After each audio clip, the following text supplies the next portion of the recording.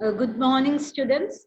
So today we will first clear the doubts you had in previous class, and then we will go for a new topic.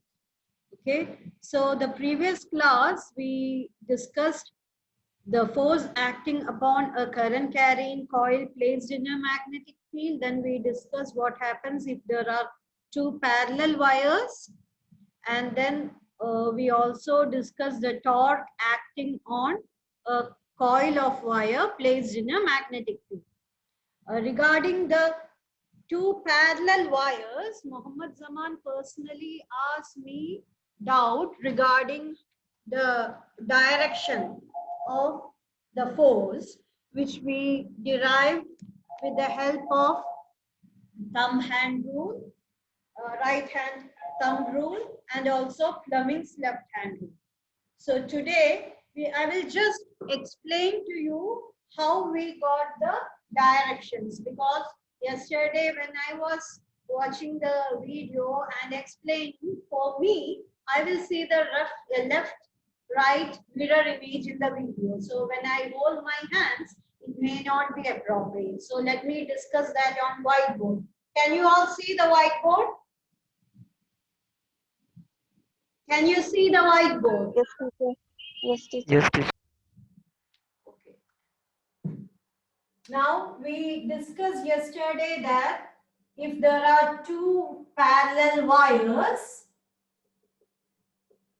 maybe PQ and RS, carrying current in the same direction, we took one as I1 and the second one as I2, right?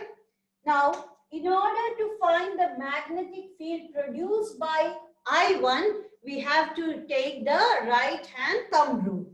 So I'm taking my right hand, my thumb will point in the direction of current, which is upwards, and you can see when I curl my fingers, see from this side to the left, see the fingers are going into the whiteboard, right? So when I curl my fingers of the right hand, it's going into the whiteboard.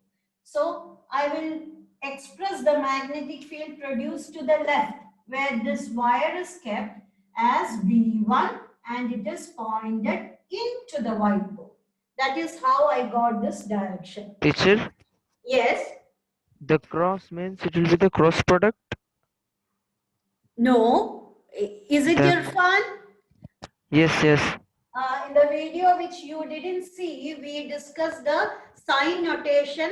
When any vector is perpendicular to this field, we cannot show that. It may be either coming out of the screen or into the screen. Whatever is coming out is shown with this symbol, and whatever is going in is shown with this symbol. That we Yes, teacher, you said this in the second video also. Huh? But I think you said this one in the second video also. In the first video, we discussed this clearly. We introduced that symbol. Okay. Okay, so it will go in and it is shown like this. Now we have to use the left hand rule, Fleming's left hand rule, in order to find the direction of force. So let me use my left hand, and I have to hold the first finger in the direction of magnetic field, which is into the whiteboard. Second finger I have to hold in the direction of current, so I have to hold it up. Then my thumb will point in the direction of force. So you can show that like this. So the force is in this direction. So the force acting on RS is in this direction. That is why how we got this. And Can you say this again? Why force is in this direction? Because we have to use the Fleming's left hand rule in order to find the direction of force acting upon a current carrying wire. That also we discussed in the class which you were not present or you didn't watch, the first one, the first video, Irfan. So here, by Fleming's left hand rule, the first finger shows the direction of the magnetic field, second finger shows the direction of current, then the thumb will point in the direction of force. So you can see that the force is towards PQ. My thumb is pointing towards PQ. So the force is in this direction. Now again in this wire, we have to use the current I2, which produces a magnetic field. So I am taking my right hand again and pointing thumb in the direction of I2. And in the right side of I2, in which direction will my finger curl? It's coming out of the screen, right? So the magnetic field produced by I2 here will be out of the screen, which I can show with a dot. So the magnetic field V2 here is out of the screen. Now, due to this magnetic field, this wire will experience a force.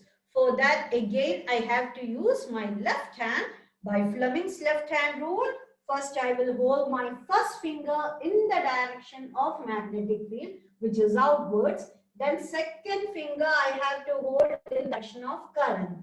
So, out of the field and in the direction of current, it's very hard to hold. Okay, like this. So, out of the field and second finger in the direction of current. So my thumb is pointing in which direction?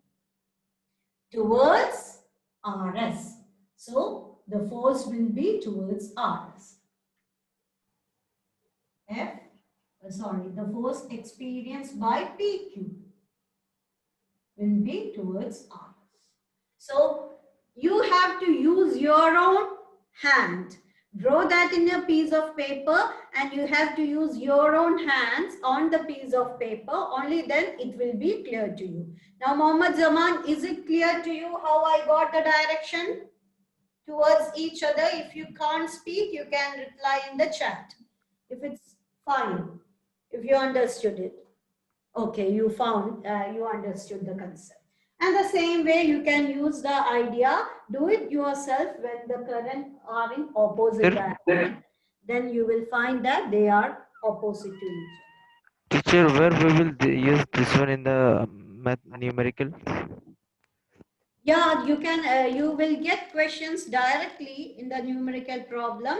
Find the direction of the force experienced in different situations. And Irfan, please watch that video only, then this concept will be clear to you. Okay, and if teacher. please let me know. Okay. Now what Irfan asked yesterday, the second doubt regarding the torque acting on a current carrying coil. So first, when we derived the expression of torque, we considered the coil which was lying with its plane in the direction of magnetic field. So this is magnetic field B, and if the current is going in this direction, okay, let me show the other way. If the current is going in this direction, okay, now I'm drawing horizontal lines on the plane of this coil. Okay, so now the plane of the coil and the magnetic field are in the same direction. So what is the angle between them? 0. Now we derive the expression for torque as equal to NIA cross B. Well, A is a vector which is pointed perpendicular to the direction of the plane. So we also saw that we can use our right hand rule to get the direction of area. Now the current is going in the anti-clockwise direction. So our thumb is pointing out. So the area vector will be outwards. So this will be the direction of the area vector. So what is the angle between area vector and magnetic field? Magnetic field is x direction. Area vector is coming out. So what is the direction? 90. 90. So this will become equal to theta is equal to 90 degree. So sine theta will be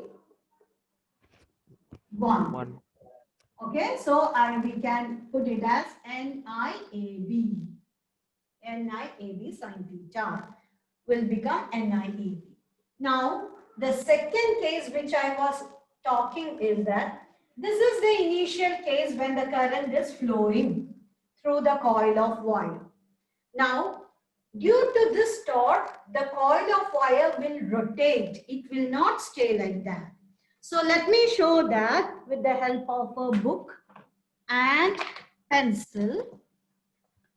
See here, suppose this is a rectangular sheet and we have the coil of wire wound around it like this.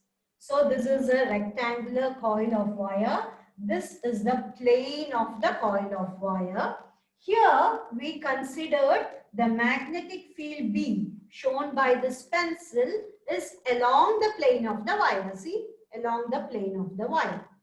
Okay, like this. There is no angle between the plane of the wire and the magnetic field. It's in the same direction as the plane of wire.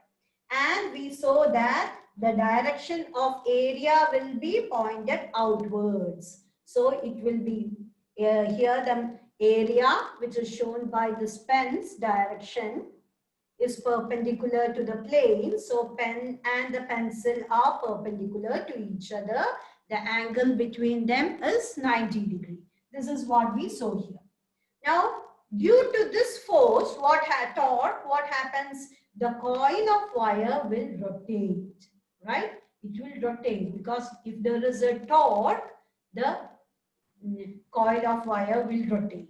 So, initially, if it is in the plane, the magnetic field and the plane of the coil does not have any angle, but when they rotate, what happens? There will be some angle between them.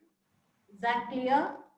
So when they rotate through some angle, the coil of wire will rotate, which means earlier there was no angle, now there is a small angle. This small angle is named as phi. Okay, so let me show that with the figure, like the figure which I have drawn there. This is the magnetic field, which is in the same direction, in this direction, but the plane is not aligned in the direction now. Due to this torque, what happened? The coil rotates, right? So the coil, the rotated coil, I had drawn like this. So now the plane is not in the same direction as the magnetic field. There is some angle between the magnetic field and the plane of coil, which I represented by phi. Is it clear now how this phi angle comes? Yes, teacher, it is clear. So there is a phi angle coming. So again we know that area vector is perpendicular to the plane, right? So here the magnetic field, between the magnetic field and the plane there is some angle, but the area vector is again perpendicular to the plane. So what happens? The angle between the magnetic field and area is no longer 90 degrees. Okay, the angle between the magnetic field is and area vector was 90 degrees when the plane of the coil was along the magnetic field. Now it has rotated through 5 degrees. So along with that, what happens? The area vector also will rotate, right? It's not now coming out. It will be going in this direction. It is perpendicular to the plane, but this angle is 90 degrees. With the plane, it is 90 degrees, but with the magnetic field, it will no longer be 90 degrees because already phi angle it turned. So the angle between vector A and B will be equal to 90 minus phi because it rotated a 5 degree. B is the same. Is that clear? How this angle become 90 minus phi?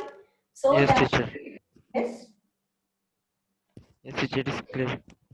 Now it is clear. So theta will now become equal to 90 minus phi. So we know that sine 90 minus phi is equal to cos phi.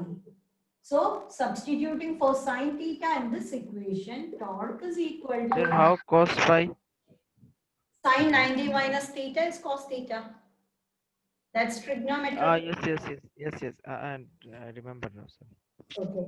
So tau is equal to NIAB sin theta according to this equation, and this is equal to NIAB sin theta means sin 90 minus phi, which is equal to cos phi. NIAB cos phi. Is it clear now? Yes, Jaman, I teacher. want your reply in chat. Is that clear? Irfan told me it's clear, but Mohammad Jaman, you also asked the same doubt. Is that clear to you? Yeah, now it is clear. So I think yesterday's both classes. Irfan, please watch the first class. That Okay, teacher. we are deriving the formula NIAB sin theta. And also we are discussing the sign notation and also the parallel currents which I showed. We also were discussing the anti-parallel currents. So all that is in the first video. Okay, now today we will continue that.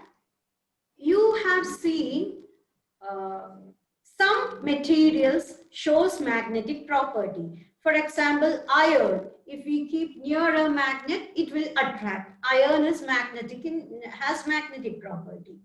But if we place a piece of wood, will it rotate or will it deflect?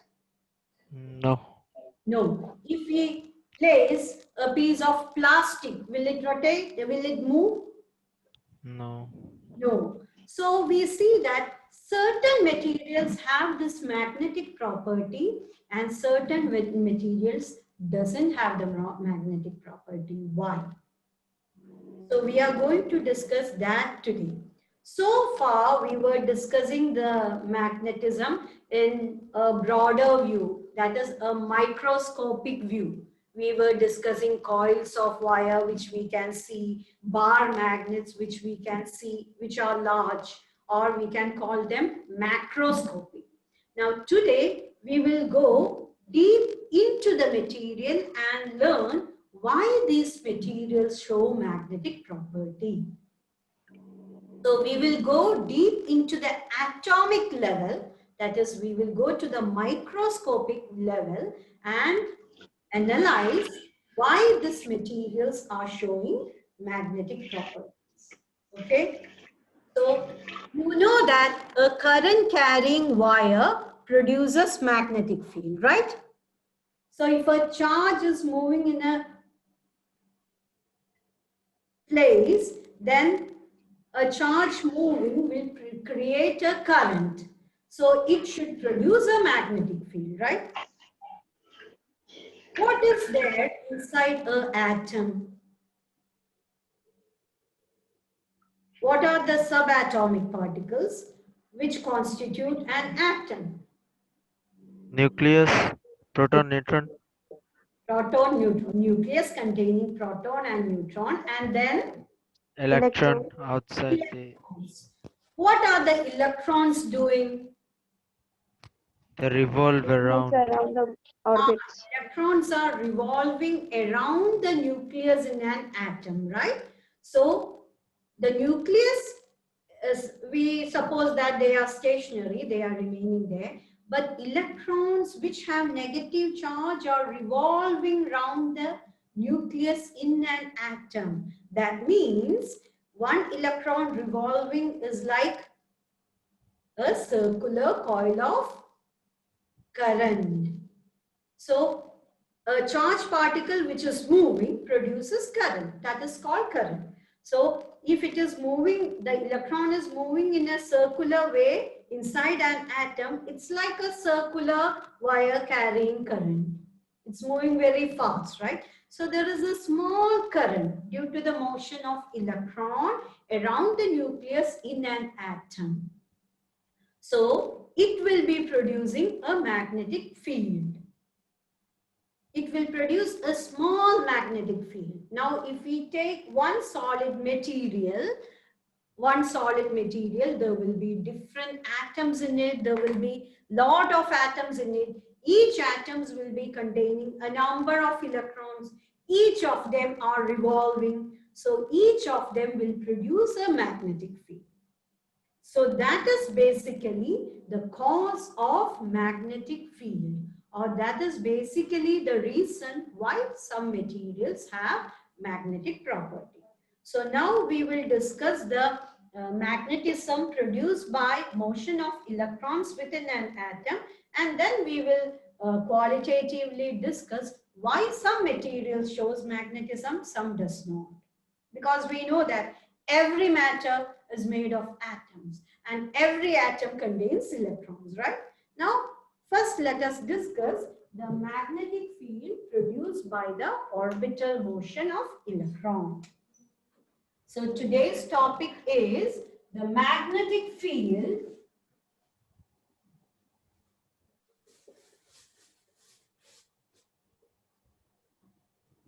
by orbital motion of electron. Orbital motion of electron means the motion of electron in the orbits inside an atom. So as you told me, in an atom there will be a nucleus containing protons and neutrons, and there will be electrons revolving around the nucleus. Suppose this electron is revolving around the nucleus having charge -e. Now, suppose the radius of the circular orbit is r. Okay, so tell me, what is the magnetic field produced by a circular current carrying wire at the center?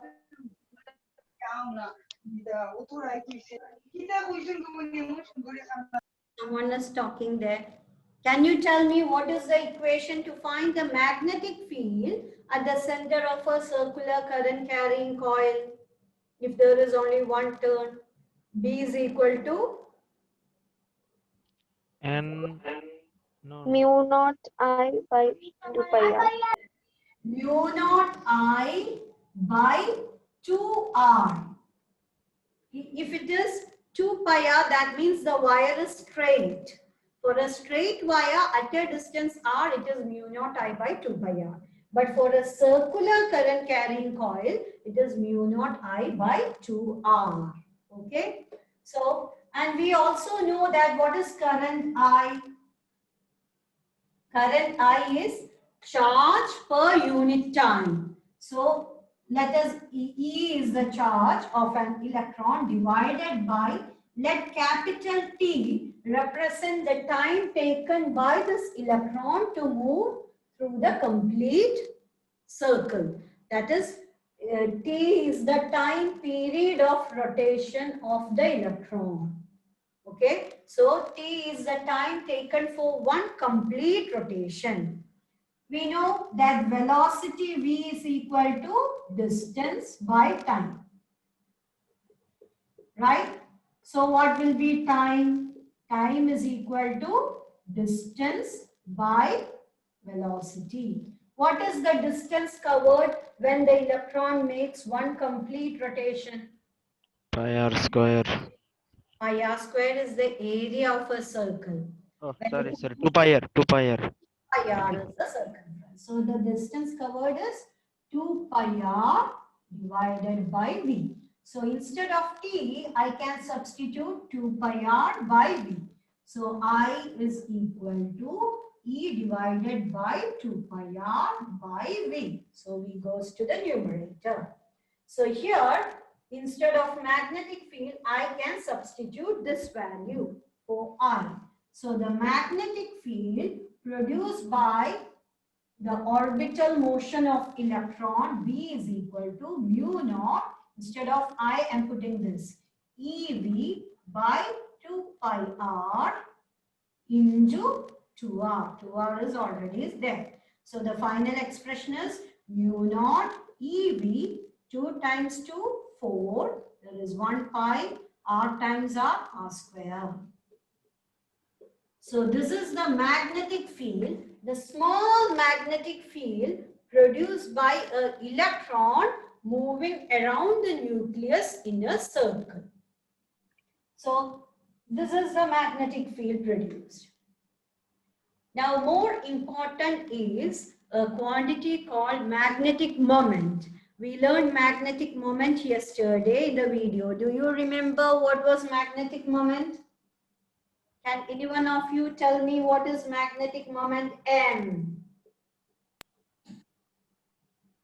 M is equal to I N N N I into A. N-I-A. N into I into A. Where the direction of the magnetic moment is same as the direction of area vector.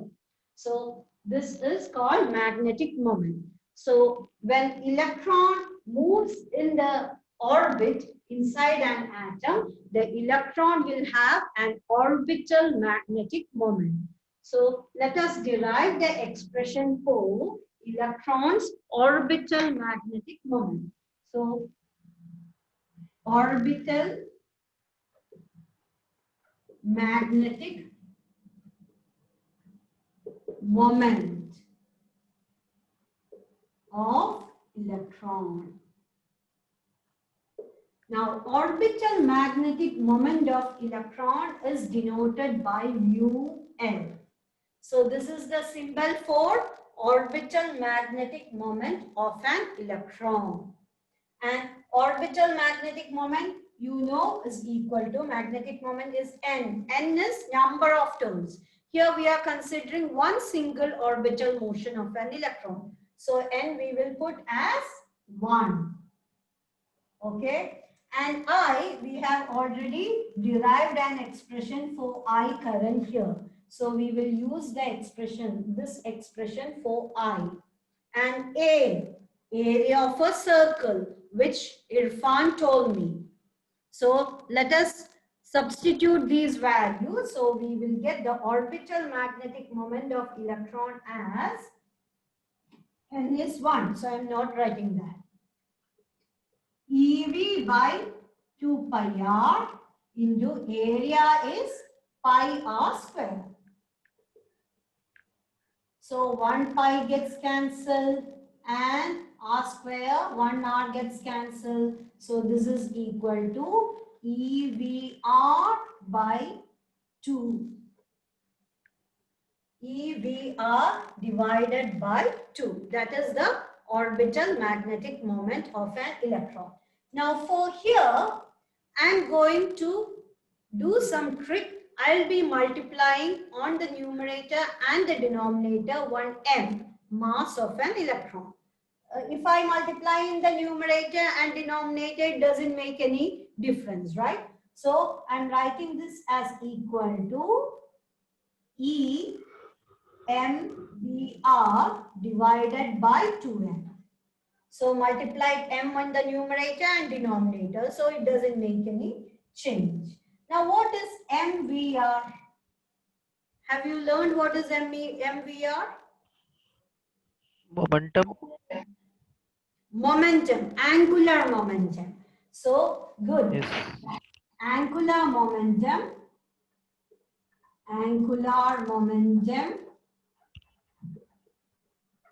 which is represented by the letter L is equal to mvr. So I am writing instead of mvr capital L, which is nothing but angular momentum.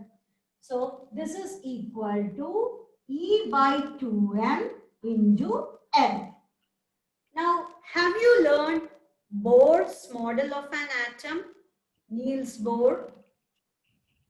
Yes, teacher.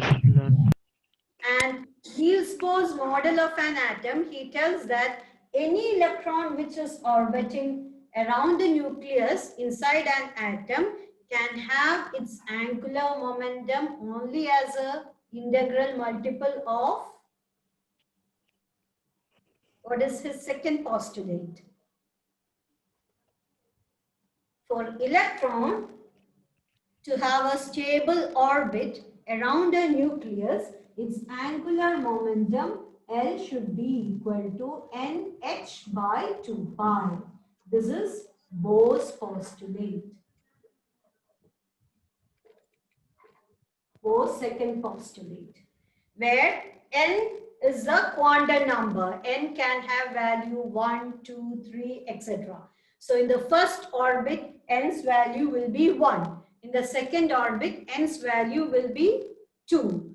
Third orbit, n's value will be 3, like that. So n is called the orbital quantum number. And what is h? The Planck's constant. Planck's constant. And do you remember the value? H is equal to 6.626 into 10 to the power minus 23. 6.62 into 10 to the power minus 23. 34, right? No, 23. 23, sure? Yes, it is 23. No, it's 34. But teacher, we learned in chemistry it was 23. Chemistry, there will be some difference in the units. I don't think the unit will be joules second. I think they're different. Okay, so in physics, always use this value according to the SI unit. It's 10 raised to minus 34, 6.623 into 10 raised to minus 34. So this is Planck's constant. So I can substitute instead of L, NH by 2 pi, right? So the angular momentum L is equal to NH by 2 pi. I can substitute that. So I will get mu L is equal to E by 2m into NH by 2 pi. This is equal to NEH by 4 pi into m. I have multiplied 2 and 2. That's all. Now see, all these quantities, E is a constant, H is a constant, 4 we know is a constant, pi is a constant, mass of an electron is also a constant. So for the first orbit, let me rub this part. For the first orbit, that is when n is equal to 1, we call the magnetic moment, orbital magnetic moment of an electron in its first orbit is called the Bose Magnetron, or it is usually represented by mu b is equal to, if I put n is equal to 1 here, this will become EH by 4 pi m. And if I substitute all the values, what is the value of E? 9.11 into 10 to the power minus 28. 1.6 into 10 raised to minus Is 16. the mass of electron, right? Huh? E is the mass of electron? E is the charge of an electron. Okay, M okay, is the mass of- sorry. I said the mass of electron, sorry. So E is the charge of an electron. We will need mass of an electron. It's there in the denominator. So 1.6 into 10 raised to minus 19 coulomb times H. Its value is 6.623 into 10 raised to minus 34 divided by 4 into pi's value is 3.14 times what is mass of an electron? Teacher, we have to put it in kg or gram? Kilogram is the SI unit. So in physics, always use the SI unit. Yeah, teacher. 9.11 into 10 to the power minus 31 kg.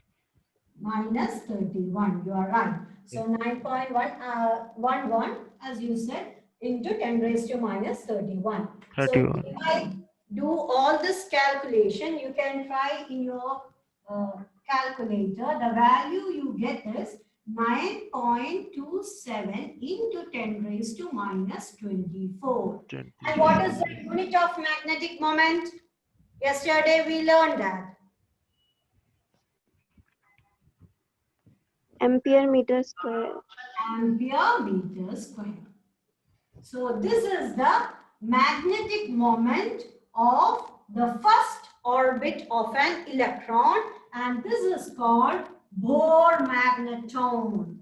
Bohr Magnetron. So it's a constant value. That's why I remember this value. 9.27 into 10 raised to minus 24. Now, if you want to find the magnetic moment of an electron in any other orbit, you just have to multiply it with the orbital quantum number. This is the Bohr magnetron is the magnetic moment in the first orbit. Now, if you want to go to the second orbit, multiply it with 2. If you want to find the fourth orbit, multiply it with 4, like that. Okay? So, is it clear how to find the magnetic? Yes, teacher. Okay. So, you know that the magnetic moment is a vector quantity. This is the magnitude of the magnetic moment. So in vector form, I can write the magnitude, the magnetic moment is equal to minus E by 2m into L. See, I use this equation, and L, angular momentum, is also a vector quantity. The minus sign shows that the orbital magnetic moment is always opposite in direction to the angular momentum. Okay, so you will have to remember this. Vector mu L is equal to minus E by 2m into L, where L is the angular momentum. So this is the orbital magnetic moment of an electron. Now, when an electron is orbiting around the nucleus, is it just going like this? Or is there some other motion along with that? Teacher, electron is a wave. Electron is a wave. You are right. But I'm not referring to that now. Think of Earth moving around the sun. Is the Earth just moving like this? Or is there one more motion for Earth? Teacher, it's upside down, Earth right? moves on its own axis. Axis. It's revolving.